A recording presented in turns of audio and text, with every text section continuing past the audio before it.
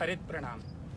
आज राष्ट्रपिता महात्मा गांधी के 150वें जन्म वर्ष पर और साथ ही हमारे भूतपूर्व प्रधानमंत्री सम्माननीय श्री लाल बहादुर जी शास्त्री जी के जन्मदिन पर ये जाल का वृक्ष लगाकर हम राजकीय डूंगर महाविद्यालय बीकानेर में उन्हें हरित श्रद्धांजलि दे रहे हैं। मेरे साथ में विराजमान है माननीय वन मंत्री श्री सुखराम जी बिश्नोई के विशेष अधिकारी OSD साहब श्रीमान विरमाराम जी जानी। हम जानी साहब का राजकीय डूंगर महाविद्यालय परिसर में आगमन पर हार्दिक स्वागत और अभिनंदन करते हैं।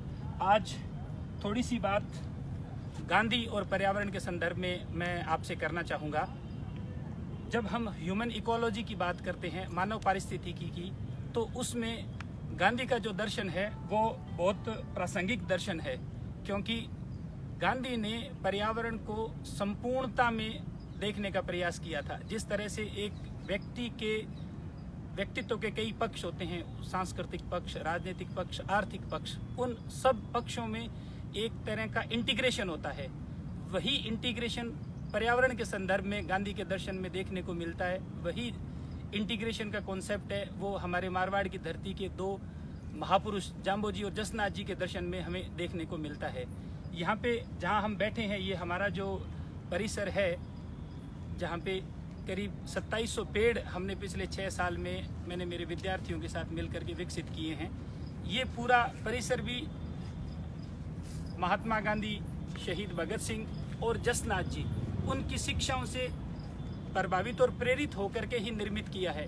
क्योंकि जसनाथ जी एकमात्र ऐसे संत थे जिन्होंने डायरेक्ट ग्रीन एक्शन किया, और यही बात हमें भगत सिंह और गांधी के दर्शन में मिलती है जब उन्होंने खुद से शुरुआत करने की बात कही। लेकिन आज जो बड़ी चिंता की बात है वो ये है कि 70 साल पहले एक गोडसे था जिसने गांधी के शरीर की हत्या की, और आज सोशल मीडिया पर अनेक टेक्नो गोडसे पैदा हो गए हैं। वो टेक्नो गोडसे गांधी के विचारों की हत्या कर रहे हैं, और हमारे भोले भाले गांव के युवा जो अभी तक समझ नहीं पाए हैं कि असल में पढ़ाई किसको कहते हैं, शिक्षा किसको कहते हैं, वो लोग पूरा गांधी को पढ़ नहीं पाए हैं। क्योंकि गांधी को समझने के लिए बहुत शिद्दत से पढ़ना पड़ता है, गांधी की राह पे चलना पड़ता है, और इस वजह से वो इस सोशल मीडिया के जाल में आ जाते हैं। गांधी की लंगोटी पे उन्हें हंसी आती है, और उस समय वो ये भूल जाते हैं कि उनके बाबा दादा भी तो वैसी ही लंगोटी, वैसी चद्दर या वैसा ही पजामा पहनते हैं। तो गांधी की वेशभूषा है वो हमारे गांव की वेशभूषा है। गांधी का जो दर्शन है वो हमारे गांव का दर्शन है, हमारी लोक संस्कृति का दर्शन है। तो इस रूप में हमें गांधी को समझने की जरूरत है। आज गांधी की शिक्षा की भारत को सबसे ज्यादा जरूरत है, क्योंकि गांधी की शिक्षा का मायना और गांधी का जो आइडिया ऑफ इंडिया है वही हमारा संपूर्ण विकास कर सकता है। हमारे राजस्थान में तो कहावत है कि हमारे यहाँ कोस कोस के ऊपर पानी बदल जाता है और 10 कोस के ऊपर वाणी बदल जाती है। तो ये जो विविधता है हमारी संस्कृति में, गांधी का दर्शन इस सांस्कृतिक विविधता की रक्षा करता है, और ये सांस्कृतिक विविधता है ये मानवता के विकास के लिए बहुत जरूरी है।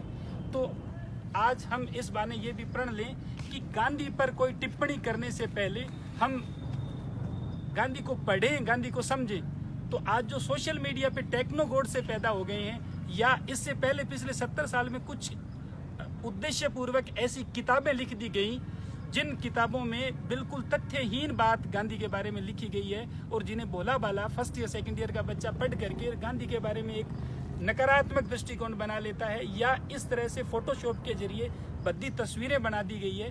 तो वो बहुत बड़े स्तर के ऊपर एक नकारात्मक मानसिकता का निर्माण कर रही है, और वो हमारी जो युवा शक्ति है उस युवा शक्ति को सकारात्मक दिशा में ले जाने की बजाय नकारात्मक दिशा में ले जा रही है। इससे कुछ व्यक्ति या समूह विशेष के हितों की पूर्ति हो सकती है, पर समाज और देश का भला नहीं हो सकता। तो मेहरबानी करके गांधी को पढ़ने का प्रयास करें। मैं पिछले 2 महीने से बीकानेर डिवीजन में विभिन्न राजकीय स्कूल जो हैं ग्रामीण एरिया में, वहाँ पे गांधी फल उद्यान विकसित करवा रहा हूँ। उसके जब मैंने वीडियो चढ़ाए हैं मेरे पेज के ऊपर, तो कई लोगों ने उसके ऊपर गांधी को लेकर के नकारात्मक टिप्पणी की है। मैं ईश्वर से ये प्रार्थना करूंगा कि ईश्वर उनको सद्बुद्धि दे, क्योंकि उन बेचारे नादान छोटे भाइयों को ये पता ही नहीं है कि वास्तव में गांधी का क्या दर्शन था। 1917 में जब उन्होंने पहली बार चंपारण में नंगे पांव हमारे गरीब भाइयों को देखा, बहनों को देखा और उन्होंने जूते त्यागने का संकल्प लिया। उसके बाद में उन्होंने अपना चोगा उतारा, फिर अपनी जो पगड़ी है वो उतारी और उसके बाद में धोती है उसका साइज छोटा करके लंगोटी तक आ गई। तो 4 साल की जद्दोजहद के बाद में गांधी ने जो कम वस्त्र करके और भारतीयता की आत्मा से जुड़ने का प्रयास किया, उसकी गहराई को जिस दिन समझ लेंगे उस दिन हम लोग गांधी के मुरीद हो जाएंगे। और आज जो पर्यावरण में जो भी गड़बड़ आ रही है, उस गड़बड़ का रास्ता भी गांधी के जरिए ही बनता हुआ दिखाई दे रहा है और पूरी दुनिया इसको मान रही है। तो हम गांधीयन वे को फॉलो करें और ये जो फालतू का कचरा सोशल मीडिया पे है, ये हमारे देश के सामाजिक सांस्कृतिक पर्यावरण को खराब कर रहा है। इससे बचने के लिए भी गांधी के दर्शन की हमें बहुत अधिक दरकार है।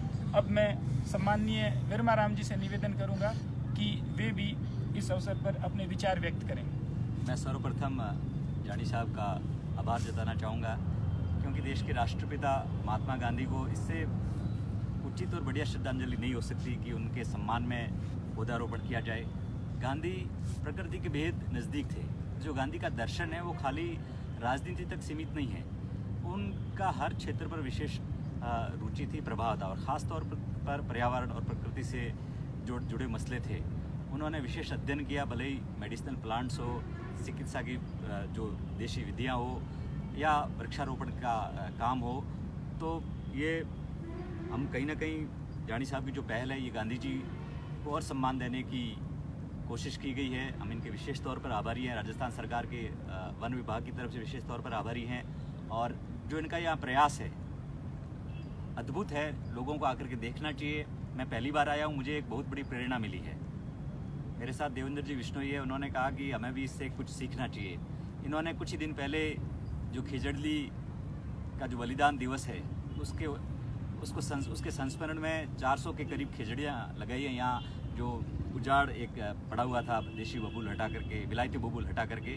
तो कहीं ना कहीं हम लोगों के लिए एक बड़ा प्रेरणादायक है। मैं व्यक्तिगत तौर पर अपने आप को सौभाग्यशाली मानता हूँ कि मुझे यहाँ आने का अवसर मिला और इस शुभ दिन 2 अक्टूबर गांधी जयंती के अवसर पर मुझे यहाँ घूमने का, समझने का, इनसे प्रेरणा लेने का अवसर मिला। तो हम आज इस गांधी जयंती के अवसर पर प्रण लें कि प्रकृति और पर्यावरण की रक्षा होगी तो ही इंसान की रक्षा है, इसके बगैर कुछ संभव नहीं है। तो कम से कम जो एक पौधा लगाने का तो कम से कम हम प्रण ले ही लें। और इस तरह का जो कहीं जो हमारे ख़ास तौर पर जो प्रोफेशनल लोग हैं, जो शिक्षा के क्षेत्र में हैं, ख़ास तौर पे जो कॉलेज एजुकेशन में हैं, स्कूलों में हैं, तो उनके बड़ा सारा उनके पास पुराने कैंपस हैं, ऐसे उजाड़ पड़े हैं। कहीं विलायती बबूल उगे हैं, कहीं ऐसे ही कचरा फेंका पड़ा है। तो कहीं ना कहीं सब मिल करके हम इस तरह की मुहिम चलाएं कि उसको साफ़ किया जाए, ज़्यादा से ज़्यादा वहाँ पौधारोपण किया जाए, ताकि आने वाला समय हमें याद करे।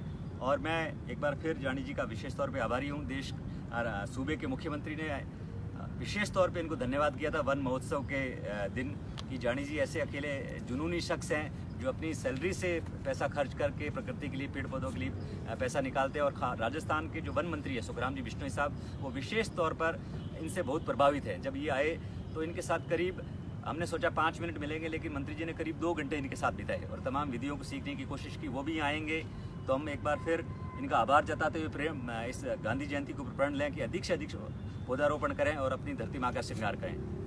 जय हिंद। हरित प्रणाम, जय हिंद।